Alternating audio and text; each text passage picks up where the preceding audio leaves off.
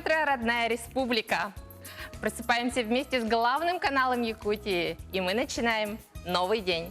Сегодня на календаре среда, 29 июля, и с вами сегодня буду я, Мария Павлова. И давайте сразу узнаем погоду на день грядущий, а вы пока отправляйте свои приветы и поздравления на наш WhatsApp номер 8 914 279 22 62. Итак, по данным синоптиков, сегодня в центральных улусах утром 16-12 градусов тепла, днем 18-13, в заречных 19-15 утром, 24-16 днем. В южных улусах 23-22 градуса утром, 27-25 градусов жары днем. В Вилюйских 12-11 утром, 15 градусов днем. В Нижнеленских 16-11 утром, днем 21-16 градусов тепла. В западных улусах 14-9 градусов тепла утром и днем до 17 градусов тепла. В Колымо-Индигирских 14-7 градусов тепла утром, 16 градусов днем. В Янских улусах 9 градусов утром и плюс 11 днем. На северо-западе 11-7 градусов тепла в 6 часов утра и 13-8 градусов тепла днем. В Якутске в 6 часов утра температура воздуха была 12 градусов, дождь, атмосферное давление 750 миллиметров ртутного столба, ветер северо-восточный 3-8 метров в секунду. Днем ожидается 19-21 градусов тепла.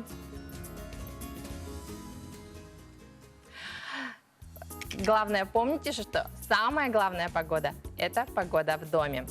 А вы знали, что ежесекундно мы, земляне, успеваем открыть 4000 консервных банок и выпить до 14 чашек кофе? Где-то за секунду зарождается 10 тысяч новых жизней. А я далее предлагаю послушать, чем же запомнилась сегодняшняя дата в истории. 29 июля 184 года назад в Париже на площади Звезды, а ныне Шарля де Голля, состоялось торжественное открытие Триумфальной арки. Достопримечательность была возведена архитектором Жаном Шальгреном по распоряжению императора Наполеона. В 1948 году открылись 14-е летние Олимпийские игры в Лондоне. На самом деле, по счету они были лишь 11-ми, но им присвоили более высокий порядковый номер из-за отмены игр в 16-м, 40-м и 44-м годах. Эта Олимпиада стала первой состоявшейся в послевоенные годы. Лидером по количеству медалей стала сборная США. Второе место заняла команда Швеции, третье – команда Франции. В этот день в 1963 году состоялся первый полет самолета Ту-134. Он вошел в историю гражданской авиации как самый массовый и популярный советский авиалайнер. Всего было построено 854 различные модификации самолета Ту-134. В 1981 году состоялась свадьба наследника британского престола Чарльза, принца Уэльского и леди Дианы Спенсер. Скромная воспитательница детского сада, младшая дочь графа Спенсера, леди Диана, стала членом английской королевской семьи. «Билет в будущее» – проект ранней профессиональной ориентации, где школьников учат, как выбирать будущую профессию. Об этом нам расскажет Валентина Лукина, руководитель отдела профориентации и карьеры Центра опережающей профессиональной подготовки. Мы прямо сейчас связываемся с Валентиной по скайпу. Валентина, доброе утро! Да, доброе утро! Как у вас день начинается? Да, прекрасный солнечный день. Я думаю, такой вот замечательный повод поговорить о будущем, о светлом будущем. Ну давайте расскажем нашим телезрителям, что это за проект и каковы его цели.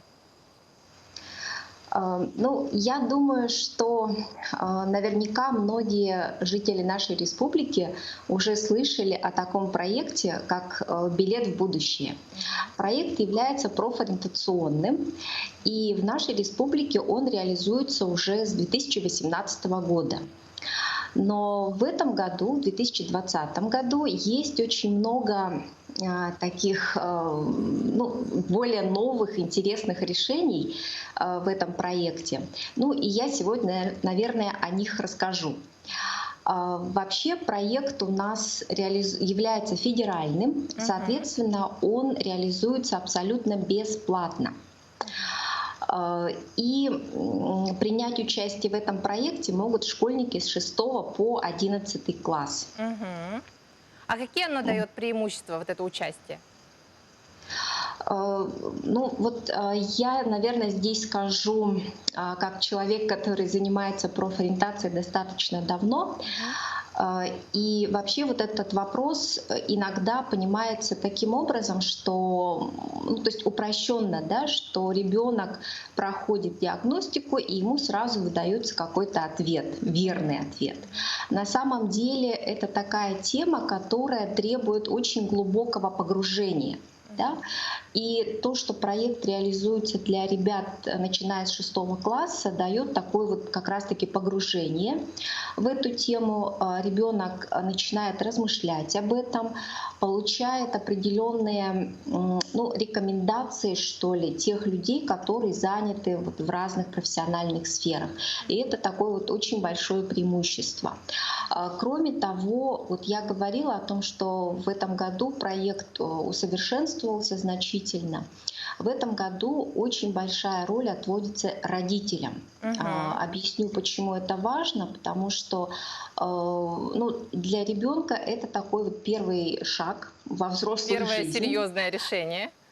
Да, действительно, и здесь нужна поддержка родителя. Но, к сожалению, родители, мы не всегда знаем, да, как помочь ребенку, какую информацию ему дать. Мы сами не всегда знаем о том, какие профессии есть новые, да, появляются. Поэтому вот этот проект и участие родителя в этом проекте дает очень хорошую такую и информационную, и такую методическую, что ли, если можно так сказать, да, поддержку и родителю, и самому подростку. Ну, вы уже 3-й год работаете. Каковы вот итоги? Можете, да, проанализировать? Результаты каковы после прохождения билета в будущее? Я могу сказать, что есть очень хорошие результаты, потому что ребята проходят не только диагностику, то есть, допустим, в этом году там порядка 60 очень разных тестов, таких вот игровых новелл, которые очень интересны ребятам, но еще и имеют возможность вот попробовать на практике что-то сделать, да, что, наверное, является более, может быть, важным и решающим в выборе профессии. Ну и, например, в этом году у нас по республике зарегистрировано 25 площадок. То есть это площадки, куда ребята уже могут прийти и попробовать на практике что-то сделать. Ну, к примеру, это может быть 3D-моделирование, да, потому что не у всякого ребенка есть дома вот этот принтер, а здесь ребенок может прийти и прям своими руками вот попробовать что-то сделать и понять, насколько это ему нравится, получается у него это, да, вот, то есть такая очень хорошая возможность. Ну и еще перечислю, например, такие вот компетенции очень востребованные, популярные, там разработка мобильных приложений, компьютерные игры. Все современное, чем интересуются наши дети, да? Валентина, а кто курирует у нас в республике вот это движение, и куда могут с вопросами обратиться родители, которые хотят отдать своих детей? Да, в этом году региональным оператором, то есть организацией, которая курирует весь этот вопрос, является вот Центр опережающей профессиональной подготовки. Мы есть в социальных сетях, у нас есть свой сайт, да, поэтому можно обращаться смело к нам с вопросами, если есть какие-то вот сложности там, с регистрацией на платформе, да, вопросы, там, как пройти это все, как включиться в проект. Мы с удовольствием, конечно, ответим, поможем. Спасибо большое, Валентина, за то, что столь ранним утром подключились к нам, рассказали информацию нашим телезрителям. Желаем вам удачного дня. Да, я благодарю. Спасибо, хорошего дня. Спасибо большое. А далее у нас небольшой рекламный ролик.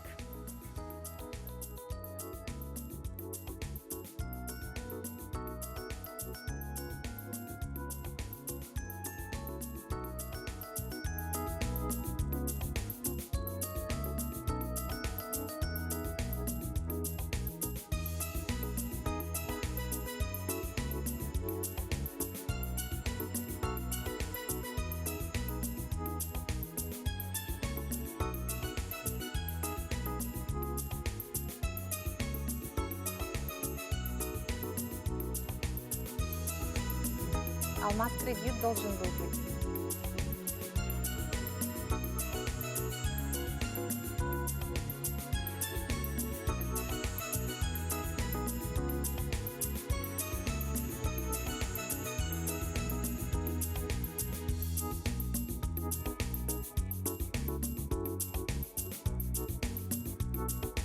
Ежегодно 29 июля во всем мире отмечается Международный день тигра. Так, за последнее столетие численность тигров сократилась в 25 раз. И сегодня эти животные находятся под угрозой исчезновения. На территории России обитают 95% популяции самого крупного в мире тигра амурского. Примерно 150 амурских тигров обитают на территории Дальнего Востока, а всего их в России порядка 400-500 особей. На видео вы видите 11-летнюю тигрицу Анечку, что живет в нашем зоопарке Артодойду. Сотрудники зоопарка говорят, что Анечка очень скучает по посетителям и ждет, когда же зоопарк вновь откроет свои двери.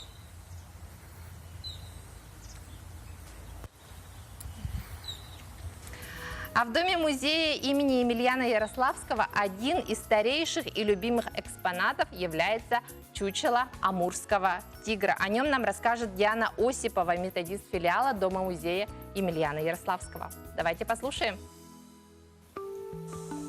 Перед вами амурский тигр.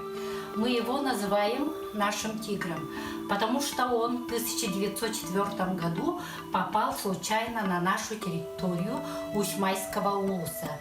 За хребтами этого улуса находится Хабаровский край. И вот за этим тигром охотились много групп тогда. И вот одна группа, состоящая из 4 человек, попала на его след. И вот из этой группы этот тигр одного убил, а другого сделал инвалидом. А вот третий, Захаров Михаил, который выстрелил в этого тигра, он жил до 107 лет. Этот тигр тогда весил 240 килограммов, очень большой был. Из амурских тигров этот тигр самый агрессивный, хищный и, конечно, очень красивый. Сейчас вот этот наш экспонат, уже этому экспонату 115 лет. Когда привезли вот тушу этого тигра, сделал чучело Дуглас, прооператор, который жил в Покровске. И с тех пор у нас является нашим редким вот экспонатом. Телгебер, гараж, банник туттар бар. Кантан карчы болабын. Алмаз кредит сервис. Үп карчы боп рохыгар сөпте орый. 5 миллионга тие потребительской соемнар. Түрген табыгастак Алмаз кредит сервистен. Бага саналар битен олоққо киллерин. Еще раз доброе утро, дорогие телезрители. Вы смотрите «Новый день». На этой неделе начала свою работу третья арктическая школа Северо-Восточного федерального университета и Международной организации северных регионов «Северный форум» в режиме онлайн. Об этом нам расскажет Александра Пономарева, ведущий специалист арктического отдела управления международных связей СВФУ. Александра, доброе утро. Доброе утро. Как у вас день начинается? Хорошо начинается. Чай. Приятного вам чаепития. И давайте расскажем нашим телезрителям, что такое арктическая летняя школа. Арктическая летняя школа у нас проводится ежегодно. Это проект Северо-Восточного федерального университета и Северного форума. И проходит она вот с июля по август. И в этом году, конечно, у нас такой новый формат проведения, онлайн-формат.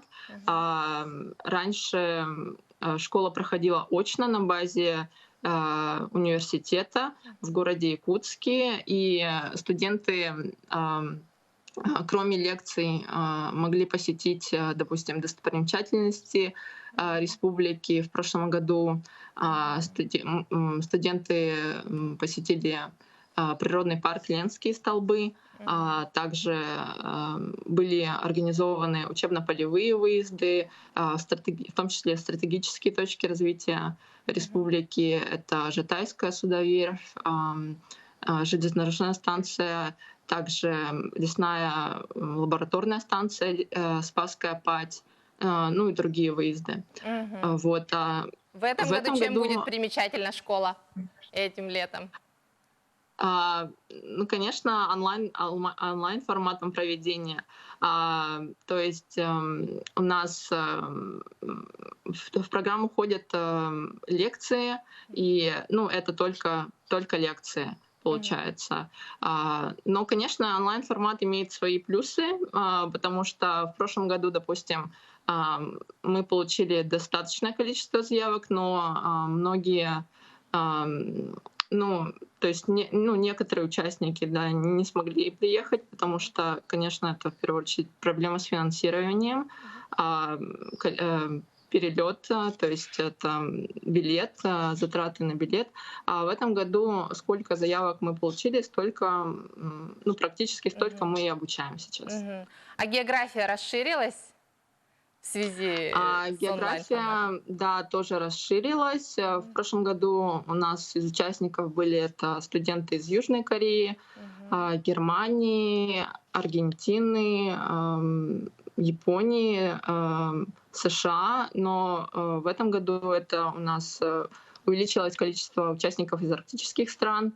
Это Швеция, Норвегия, Канада, США, а также неарктических. Это Великобритания, Германия, Франция. Ничего себе, практически весь мир получается. Да, действительно, и студенты у нас подключаются с разных точек, так как они обучаются в различных тоже местах. У нас даже подключаются из Австралии, из Тасмании. Разница во времени в часовых поясах никого не смущает? Мы это предусмотрели и поставили лекции, ну, на вечер, чтобы не ощущалось такой большой разницы. Получается, это на Западе у них утро, и ну, в Европе, получается, это день. Ну, очень удобно для студентов. То есть даже индивидуальный подход к каждому, да? Да. До какого будет работать школа, и по итогу вот что получат? Там дипломы, сертификаты, что будет?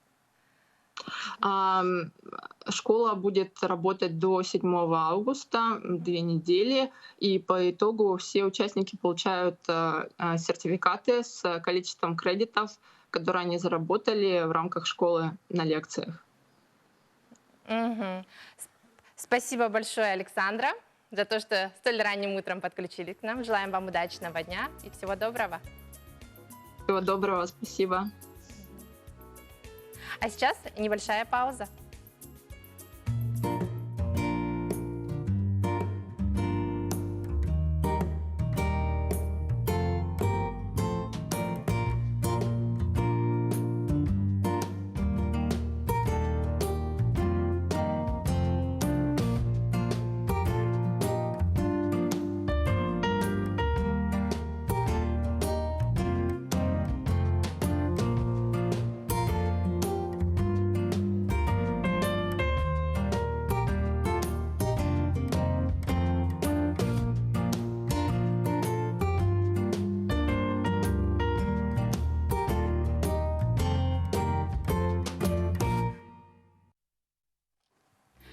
Не зря, дорогие телезрители, я сегодня принесла букет из иван-чая. Эти цветы могут не только украсить интерьер, но из него, как утверждают специалисты, получается самый полезный чай во всем мире. По уникальному химическому составу иван-чай не уступит морской капусте, а по питательной ценности и целебной силе намного ее превосходит. Так вот, рассказываю самый простой способ приготовления чая. Собираете листочки, вот так вот собираете все аккуратненько, выбираете самые лучшие, чистые, и потом просто прокручиваете через мясорубку. Если нету мясорубки, можно ее просто смять и с помощью самой обычной скалки прокрутить. чтобы вышли все ферменты, все самые полезные свойства и произошло ферментирование. Вот. Потом вот эту вот прокрученную кучку оставляете на 6-8 часов, а потом просушиваете в духовке. Очень быстренько надо вот немножко перемешивать. Перемешивать нужно будет. И потом получается вот такая вот красота. Я принесла уже готовое, так как духовку у нас включать в студии нельзя. Вот. И потом завариваем чай в кипяточек и иван-чай. Сюда можно добавить и цветочки тоже. Ну, у меня немножко они завяли, конечно. Специалисты говорят, что цветы иван-чая собирать лучше после 10 часов утра, когда вся роса спадет, и тогда самые полезные свойства чая выйдут.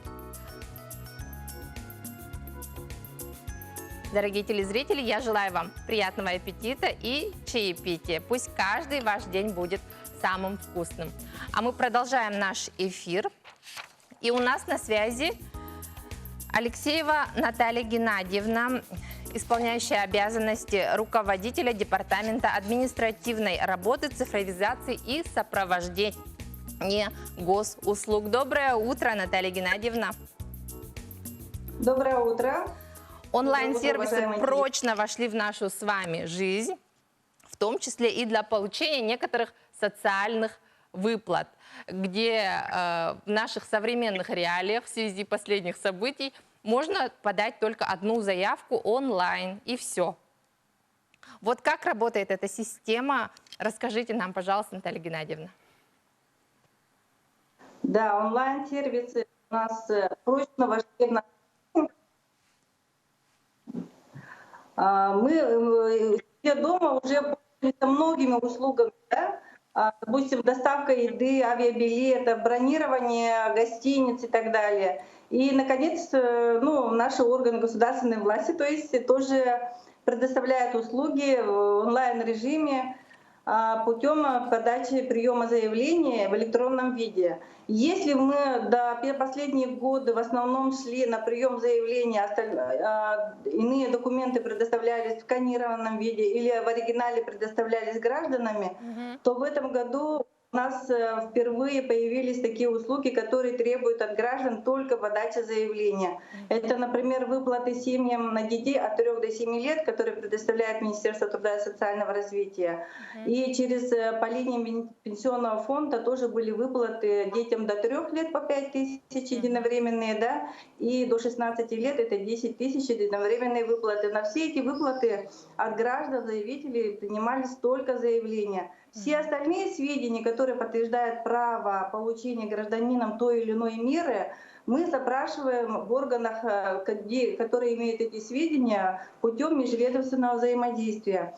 Это уникально, это первый раз в истории нашей страны такое внедряется. Конечно, были очень большие проблемы, особенно в части межведомственных запросов в иные органы. Много было, проблем,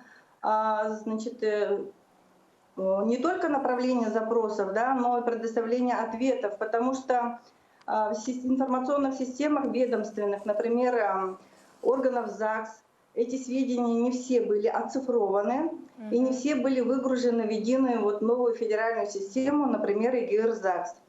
Органов внутренних дел тоже много очень данных граждан не приведены еще в цифровой вид, то есть они еще хранятся на бумажных носителях.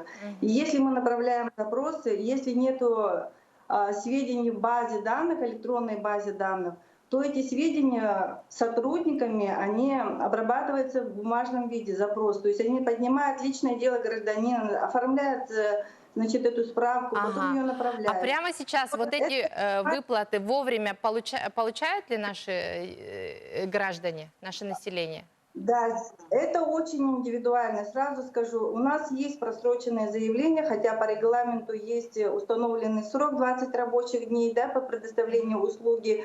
Но тем не менее, в связи с тем, что отсутствуют ответы на запросы, мы не можем назначить меру. Есть такое, конечно, наблюдается.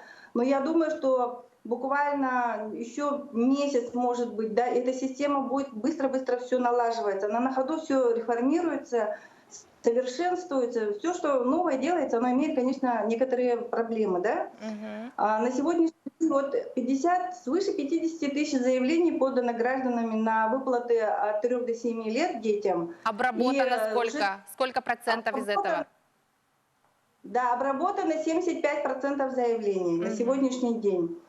Срок. Ну, то есть на вчера данные получается, да? Ага. Ни одно заявление не потеряется. Уважаемые граждане, обращаются, все заявления будут рассмотрены. Много ошибок в подаче заявлений. Тоже гражданам это было в новинку, поэтому, например, был случай, когда мама с 5 детьми подавала 5 заявлений. То есть в одно заявление она вписывала только одного ребенка. То есть, Наталья Геннадьевна, давайте напомним нашим телезрителям. Наталья Геннадьевна, давайте напомним нашим телезрителям тогда, на какие выплаты нужно подавать вот только одно заявление. Чтобы вот по привычке люди не пошли обивать пороги и собирать бумаги. Конечно. Ага. Но, значит, пенсионный фонд подается заявление на выплаты детям до 3 лет по 5 тысяч, размер вот этого, да, пособия выплаты единовременное. До 16 лет детям, значит, пенсионный фонд тоже подается на заявление на выплату вот разовую 10 тысяч рублей. И в Министерство труда, но оно не в Министерство труда подается, оно подается через единый портал государственных муниципальных услуг, подается заявление на выплату от 3 до 7 лет. Здесь я сразу скажу, эта выплата положена не всем, кто имеет детей. Она положена только семьям малоимущим, которые имеют доход ниже прожиточного минимума на каждого своего члена. То есть, получается, мы, получив это заявление, направляем запросы и в налоговые органы, пенсионный фонд, ЗАГС, МВД и так далее, значит, и получаем сведения. Спасибо большое, Наталья Геннадьевна. Давайте пожелаем нашим телезрителям освоить новые технологии и вовремя получать все свои социальные выплаты. Да, очень Всего вам доброго, я дорогие думаю. телезрители. На этом наша передача подходит к концу. Далее смотрите «Якутский блог».